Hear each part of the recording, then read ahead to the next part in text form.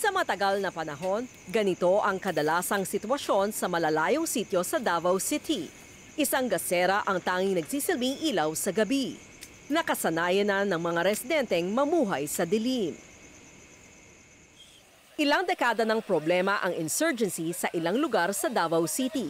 Simula pa ng taong 1970, kaya't matumal doon ang pag-unlad. Dahil sa problema sa peace and order, naging pahirapan din ang pagpapailaw sa mga apektadong sityo.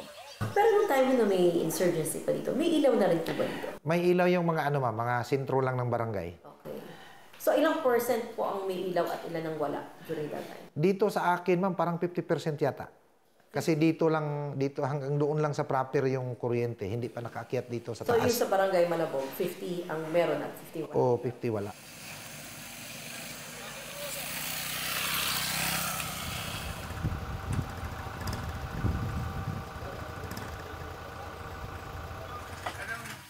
Mula nang ipinanganak si Mitch noong taong 2012, wala siyang nakagis ng kuryente sa kanilang bahay o sityo. Kwento niya, nang minsang nakapasyal sila ng kanyang ina sa bayan, doon lang siya unang nakakita ng ilaw sa nakasinding bumbilya. O paano mo nalaman na kung ano ang ilaw na may liwanag? Pinag-compare ko po kasi merong ilaw na orange na yung ilaw na sobrang puti. Doon ko lang po nalaman na talaga palang may ilaw na puti. Mapamaraan din ang pamilya ni Mitch noon. Magkaroon lang ng liwanag sa kanilang bahay, lalo na pagsapit ng gabi. Anong ginagamit nung walang ilaw? Nung wala pa po kami solar, lampara. Oo, so buong araw yan? Buong Gabi. Paano ang pag-aaral mo noon? Kung nandito po yung lampara tapos nandito po yung aralin ko, ilalapit ko pa po yung lampara. Mahirap po kasi pag nakatapat yung apoy sa mukha mo. Mainit po talaga. 6 na taong gulang na si Mitch noong una niyang maranasan na magkaroon ng kuryente sa kanilang lugar sa pamamagitan ng mga kinabit na solar panels. Pero kapag tag-ulan o may bagyo, humihina ang kuryente o kaya'y nawawala dahil walang araw na siyang kailangan ng solar panels para gumana ang kuryente. Sa sitio Nursery, Barangay Malabog sa distrito ng Paquibato, lumaki si Bebina Lucena. Dito na rin siya nagkapamilya at nakapagsimula ng munting kabuhayan, isang maliit na tindahan sa gilid ng kalsada. Noong wala pang kuryente sa kanilang lugar, umaabot ng 3 oras ang biyahe patungong bayan ng Panabo. Makabili lang ng bloke ng yelo para di masira ang kanyang mga panindang gulay. Kada linggo, umaabot ng 1,250 pesos ang gastos para lamang sa 5 bloke ng yelo. Mahirap ang walang ilaw, ma'am. Mahirap talaga ang walang ilaw, ma'am. Kasi kapag wala kang gas, kailangan mo pang bumili sa barangay namin, sa Malabog. Ang gamit namin pang preserba ay ice box. Bumibili lang kami ng yelo sa Panabo. Dinadala namin ito sa jeep para hindi matunaw. Kasi kung matunaw, masisira ang mga paninda namin, lalo na ang mga pagkain. Taong 2019 na magkaroon ng solar panels ang mga residente sa Barangay Malabog, kasama sa mga naabutan ng tulong ang pamilya ni Bebina.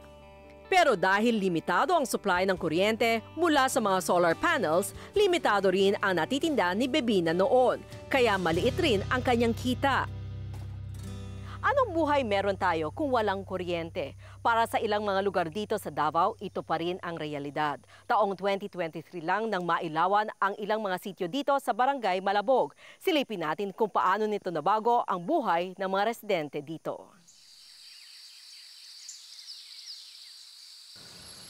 Taong 2022, idineklarang insurgency-free ang buong Davao Region matapos ang sunod-sunod na tagumpay ng mga peace and order initiatives. Sa sumunod na taon, sinimulan nang mag-install ng linya ng kuryente ng Davao Light and Power Company. Sa 10 sityo sa Barangay Malabog, Paquibato District, mahigit 300 kabahayan kabilang ang mga katutubong ita ang nakinabang dito. Ito ay bahagi ng National Sitio Electrification Program o SEP na nakasaad sa Electric Power Industry Reform Act o EPIRA Law. Bukod sa makapaghatid ng affordable at reliable electricity, layunin ng batas na ito na makapaghatid ng elektrisidad sa mga underserved rural areas at sa mga liblib na lugar. Ayon kay Nilo Geroche, Director ng Department of Energy Mindanao Field Office, layo ng programa na maabot ang 100% electrification sa mga kabahayan.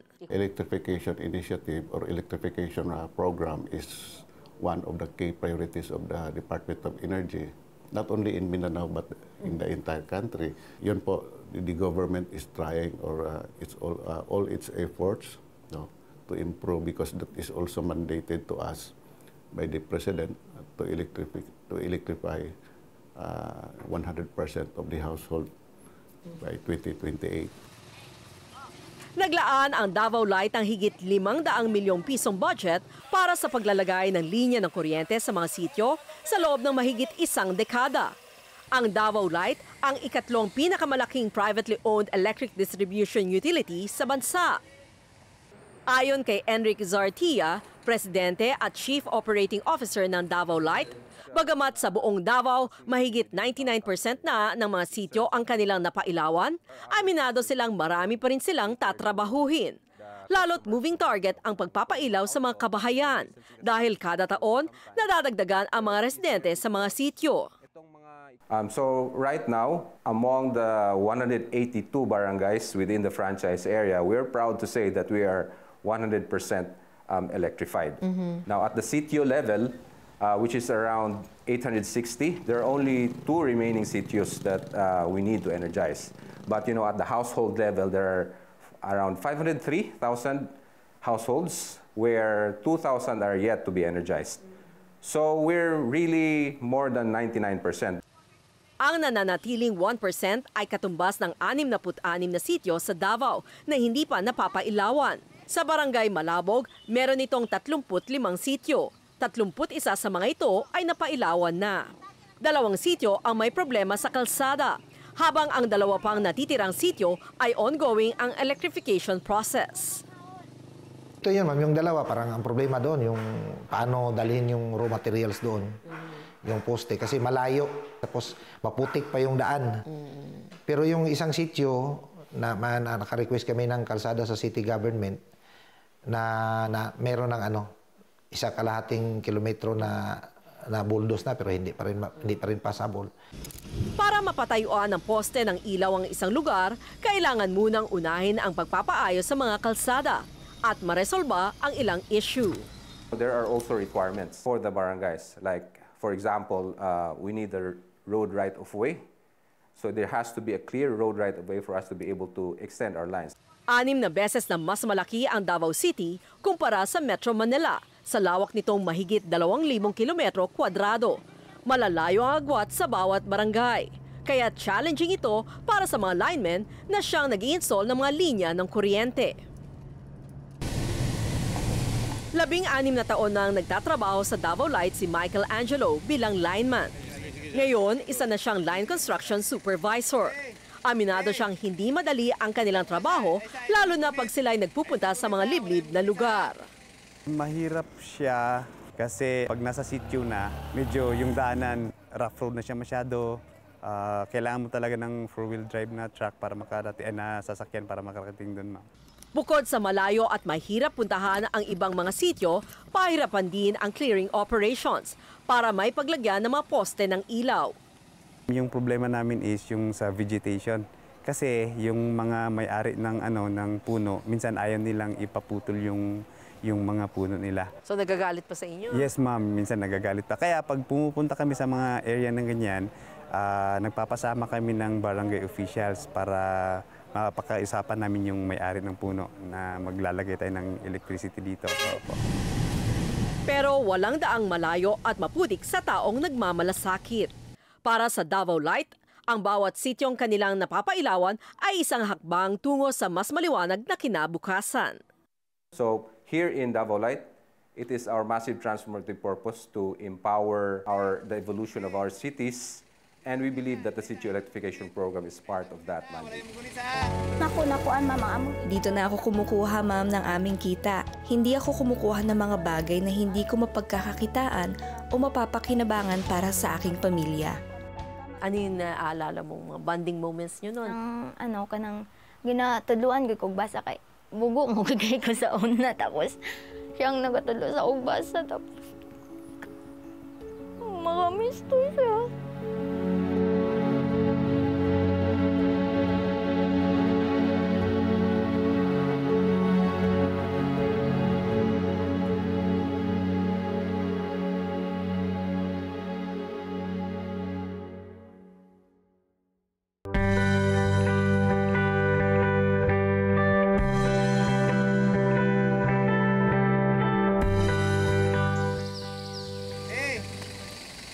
Dahil sa sitio electrification program ng Davao Light, nagkaroon ng maaasahang kuryente ang mga residente sa Davao. Unti-unting gumaan ang buhay ng mga taga-barangay Malabog, lalo na para sa mga estudyanteng tulad ni Mitch. Anong ginhawa nung meron na kayong parang steady na ilaw? Masaya. Kasi makikita mo kung anong hinahanap mo. Kasi noon po kasi katong katong naglampara pa kami, mahirap talaga hanapin yung mga bagay na hindi mo mahanap kasi napakadilim. Maganda siya kasi may sarili akong ilaw sa kwarto. Isasaksak ko lang yung extension, tapos may ilaw na ako. Pwede na akong gumawa ng assignments kahit nasa kwarto ako.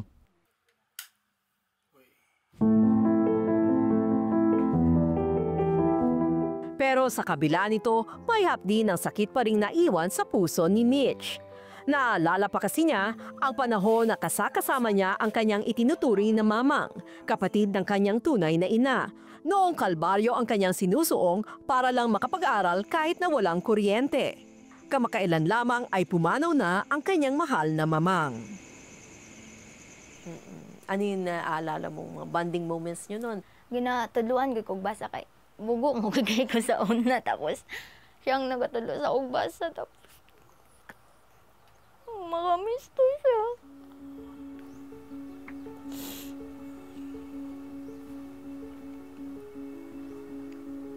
Pero nasa heaven na si Mami. Si Nanay nasa heaven. Ano ba ang pangarap niya para sa'yo? Teacher. Teacher. Iyon din ba ang pangarap mo? Bakit teacher? Gusto lang ko tudlo gud sa mga di ka ba lumabasa inana. Maturuan din sila para marunong din sila magbasa.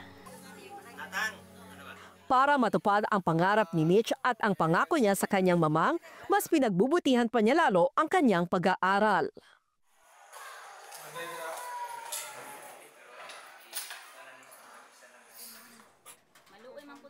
Para naman sa mga tinderang tulad ni Bebina, ang pagkakaroon ng kuryente ay isang malaking oportunidad para mas mapalago pa niya ang kanyang tindahan at makapagpundar ng mga gamit. Una niyang binili ang isang maliit na refrigerator para hindi na niya kailangang mamili pa ng mga bloke ng yelo sa bayan. Sa ganoong paraan, di na masisira ang mga pagkain kanyang ibebenta at bawas gastos na rin. Pagdating ng kuryente, ma'am, nabawasan ang gastos namin sa paminsan-minsan na pamasahe. Dito ko nakuha, ma'am, ang aming kita. Hindi ako kumuha ng mga bagay na hindi ko naman pagkakakitaan o makikinabangan para sa aking pamilya. Ang gusto ko talaga, kung kukuha ako ng mga bagay na maaari kong pagkakakitaan, kukunin ko ito at ilalagay ko sa ref. May paglalagyan na rin si Bebina ng malamig na soft drinks na talaga namang nagbigay ng malaking kita sa kanya. Minsan sa loob ng isang linggo, Sabado at Linggo lang.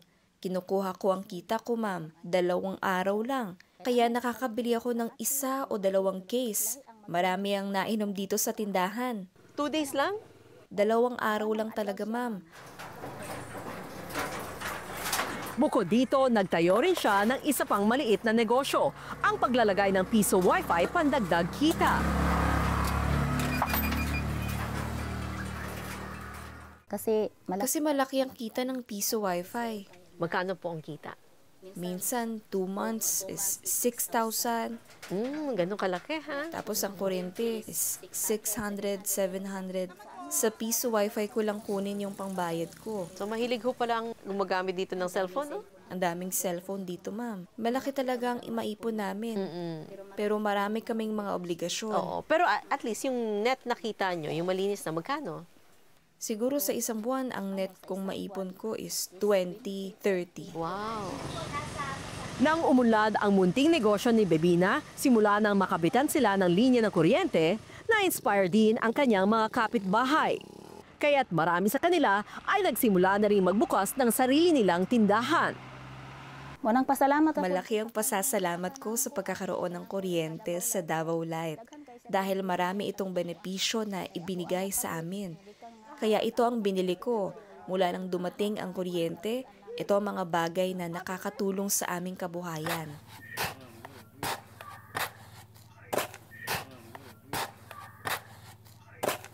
Di may tatangging isang mahalagang hakbang ang pagkakaroon ng kuryente para maging progresibo ang isang lugar. Pagdating ng dito, kuryente, mayroon. Actually, yung mga liblib namin na mga purok, sityo, mayroon mga tindahan na. May mga resort na. So, malaki talagang factor yung kuryente kasi yun yung kailangan ng tao na ilaw. These people value electricity as if it was a precious commodity. As simple as being able to have a refrigerator at home and then being able to store food, being able for sari-sari stores, they're now able to serve food. Ano pa yung pinakamalaking advantage ng underground cable? Other than maganda tingnan siya, definitely safe. Reliability-wise, less masyado yung interruption natin dahil nga walang sumasabit sa linya natin.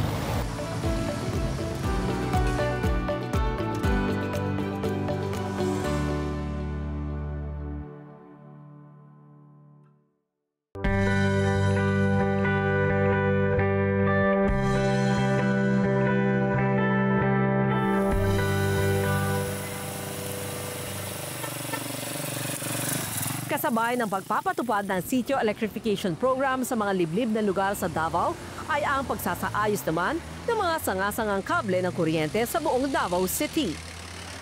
Malimit nyo itong makita sa ilang lugar sa lungsod, kaya naman may ipinasang ordinansa para tugunan ito. Layo ng underground cabling na tiyakin ang kaligtasan at kaayusan sa lungsod, pati na rin ang pagpapabuti ng electric infrastructure upang maiwasan ang mga panganib dulot ng mga nakalaylay na kable. Ayon kay Fermin Edilion, head ng Reputation Enhancement Department ng Davao Light, malinis at maayos tingnan ang underground cabling.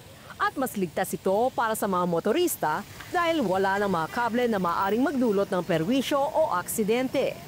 Entire stretch ng CM Recto needs to be placed yung mga overhead lines sa baba. So makikita natin, wala talaga, klaro, walang kable sa taas? Kable. So lahat po mandated. The entire stretch na we're able to implement naman lahat, yung nasa ordinansa from doon sa may City Hall, San Pedro area hanggang doon sa kabila.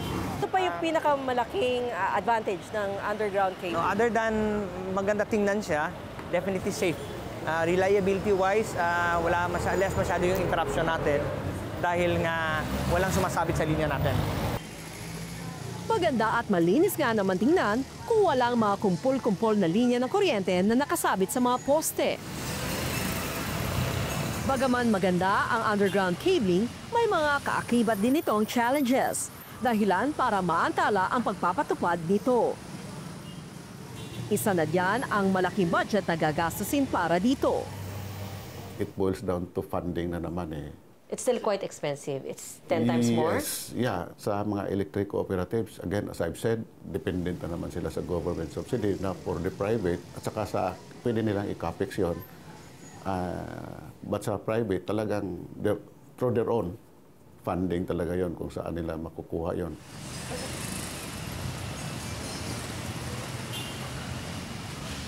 But the target, sir, is to cover all areas. Not the whole area because it's also expensive. So there are specific areas, especially in the old downtown area, that needs to be complied. But no, there are also challenges. It's not that easy to implement because we are given a work permit only during the night, like 9 p.m. up to 5 a.m. and then you have to close the area during the day so that commuters can pass through.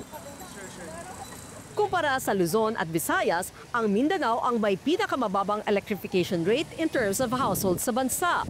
Kapag mababa ang electrification rate, maraming pamilya ang walang access sa kuryente. Nakakaapekto din ito sa edukasyon ng mga bata, sa kita ng mga negosyante at sa pang-araw-araw na gawain ng mga residente. Ayon kay DOE Director Geroche, 1 bilyong piso lamang ang ibinigay na budget para sa electrification program, malayo sa hiniling na 20 billion peso budget. Now for Mindanao, it is very vital because although as a total, about 95% on the household level, yung electrification level natin more than 90 plus. But for Mindanao, we are about only 81.35. Sa gitna ng abalang kalsada ng Davao City, makikita ang ERA substation ng Davao Light. Ito ang pinakamalaking substation na magsimula ang kanilang operasyon noong early 1990s. Ipinangalan ng ERA substation bilang pagpupugay kay Ernesto R. Aboitiz, na siyang naging presidente ng Davao Light noong 1970 hanggang 1987.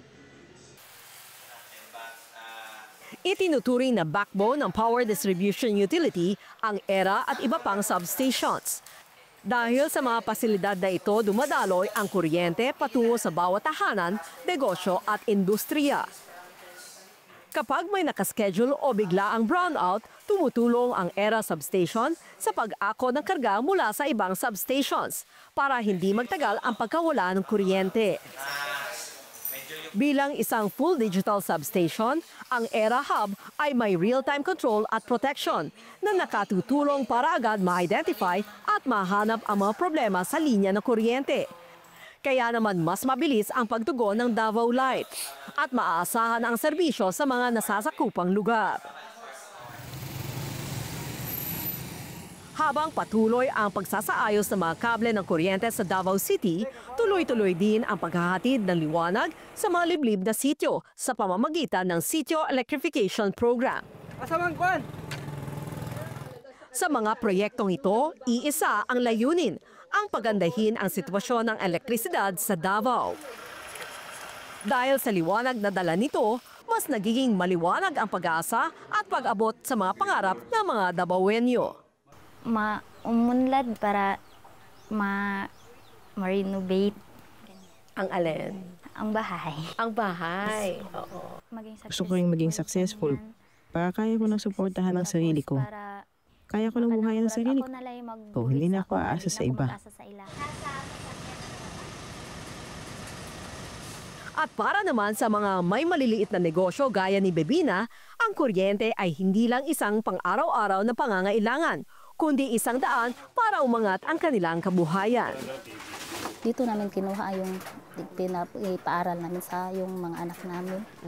Yung pamumuhay namin, dito namin kinuha. Kasi wala kaming lupa na taniman ng mga gulay. Napapasalamat ako sa Davao Light kasi nag-unlad yung pamumuhay namin.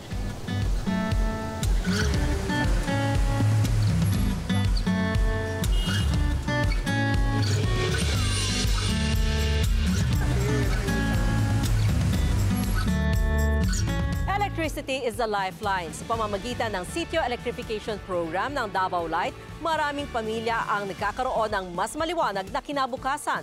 Transforming lives one light at a time. Paying it forward.